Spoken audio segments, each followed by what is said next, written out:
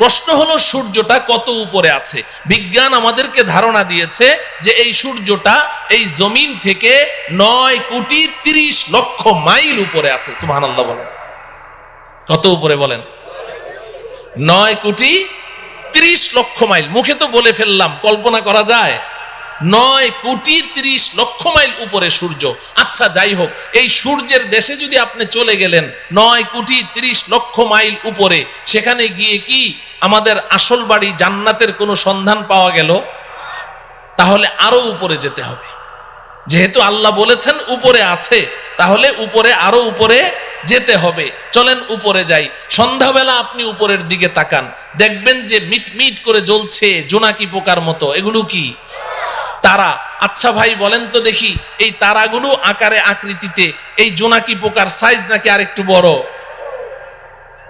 তারাগুলো কত বড়? তারাগুলো কত বড়? বিজ্ঞান বলছে যে আকাশের এক একটা নক্ষত্র, এক একটা তারা পৃথিবীর চেয়ে নয়, পৃথিবীর চেয়ে নয়, আকাশের এক একটা তারা সূর্যের চেয়ে লক্ষ কোটি গুণ বড়। এত বিশাল তারা দেখা যায় জোনাকি পোকার মতো। ঘটনা কি? আরো উপরে বলেন, আরো উপরে। প্রশ্ন হলো তারাগুলো কত উপরে আছে? তারাগুলো কত উপরে আছে? বিজ্ঞান এ ব্যাপারে আমাদেরকে কোনো ধারণা দিতে অক্ষম। তবে অনেক গবেষণা করে বিজ্ঞান একটা তারার সন্ধান বের করেছে, যেটা পৃথিবীর সবচেয়ে কাছে, সবচেয়ে নিচের যেই তারকাটি, জমিনের সবচেয়ে কাছে, এটার নাম বিজ্ঞান দিয়েছে প্রক্সিমা সেন্টারাই। বিজ্ঞান বলে প্রক্সিমা সেন্টারাই নামের এই দুনিয়ার সবচেয়ে কাছের যেই তারাটি, এটা এই জমিন থেকে 25 লক্ষ কোটি মাইল উপরে আছে। কত উপরে? 25 লক্ষ না, 25 লক্ষ কোটি মাইল উপরে। 25 কোটিও না, 25 লক্ষও না, কত? 25 লক্ষ কোটি মাইল উপরে হচ্ছে সবচেয়ে কাছের তারা। তাহলে উপরের তারাগুলো কোথায় আছে? বিজ্ঞান বলে এই ব্যাপারে আমরা কোনো ধারণা দিতে পারবো না। তাফসিরে রুহুল বায়ান নামে একটি কিতাব আছে, তাফসিরের কিতাব। তাফসিরে বলেন রুহুল বায়ান, তাফসিরে রুহুল বায়ান।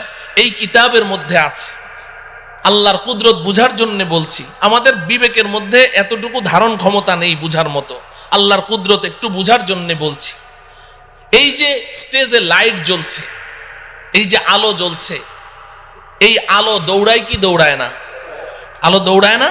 আপনি টর্চ অন করেন, টর্চ লাইট, সাথে সাথে আলোটা দেখবেন ওই দেয়ালের গায়ে দেখা যাচ্ছে। দৌড় মারলো কিনা? কত মাইল স্পিডে? আলোর গতি কত বলেন? প্রতি সেকেন্ডে, ঘন্টায় না, প্রতি সেকেন্ডে 1,86,000 মাইল দূরে চলে যায় আলো। আপনি চোখের পলক মেরেছেন না, এই চোখের পলকে আলোটা কত দূর চলে যায়? 1,86,000 মাইল। একটু কল্পনা করেন আল্লাহ পাকের কুদরত কত, শক্তি কত। এই আলোর গতিটা মনে রাখেন। এবার তাফসিরে রুহুল বায়ানের মধ্যে আছে আল্লাহ রব্বুল আলামিন আকাশে এমন অসংখ্য অগণিত তারা সৃষ্টি করেছেন। যেই দিন আল্লাহ পাক ওই তারাগুলোকে সৃষ্টি করেছেন, কত হাজার বছর আগে সৃষ্টি করেছেন আল্লাহ ছাড়া কেউ বলতে পারবে না। যেই দিন ওই তারাগুলো সৃষ্টি করেছেন, ওই দিন প্রত্যেকটা তারা তাদের নিজ নিজ আলো পৃথিবীর দিকে ছেড়ে দিয়েছে।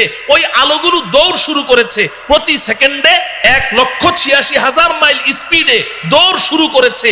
আজও সেই আলো পৃথিবীর দিকে দৌড়াচ্ছে, আজও দৌড়াচ্ছে, এখনো পর্যন্ত পৃথিবীতে এসে পৌঁছতে পারে নাই। অতএব কল্পনা করে দেখুন যে আকাশের তারাগুলো কোথায় আছে। আল্লাহ। আচ্ছা, সেই আকাশের তারা যেখানে আছে, সর্বোচ্চ তারা, ওই পর্যন্ত গেলাম, কিন্তু আসল বাড়ির কোনো খোঁজ খবর পাওয়া গেল? হ্যাঁ, তাইলে আরো উপরে যেতে হবে। যেতে রাজি? এই জমিন থেকে সবার উপরে যেই তারাটি আছে, এর উপরে আর কোনো তারা নেই। সৌরজগৎ শেষ, এরপরে মহাশূন্য শুরু হয়ে গেছে। এই জমিন থেকে সবার উপরে যেই তারাটি আছে, ওই পর্যন্ত আপনি যেই পরিমাণ পথ অতিক্রম করলেন, সবার উপরের তারাটা পার হয়ে আরো ঠিক এই সমপরিমাণ মহাশূন্য পাড়ি দিয়ে আপনি যদি উপরে যেতে পারেন, সেখানে গিয়ে পাবেন প্রথম আসমানের তলা। কি পাওয়া যাবে? প্রথম আসমানের তলা পাওয়া যাবে।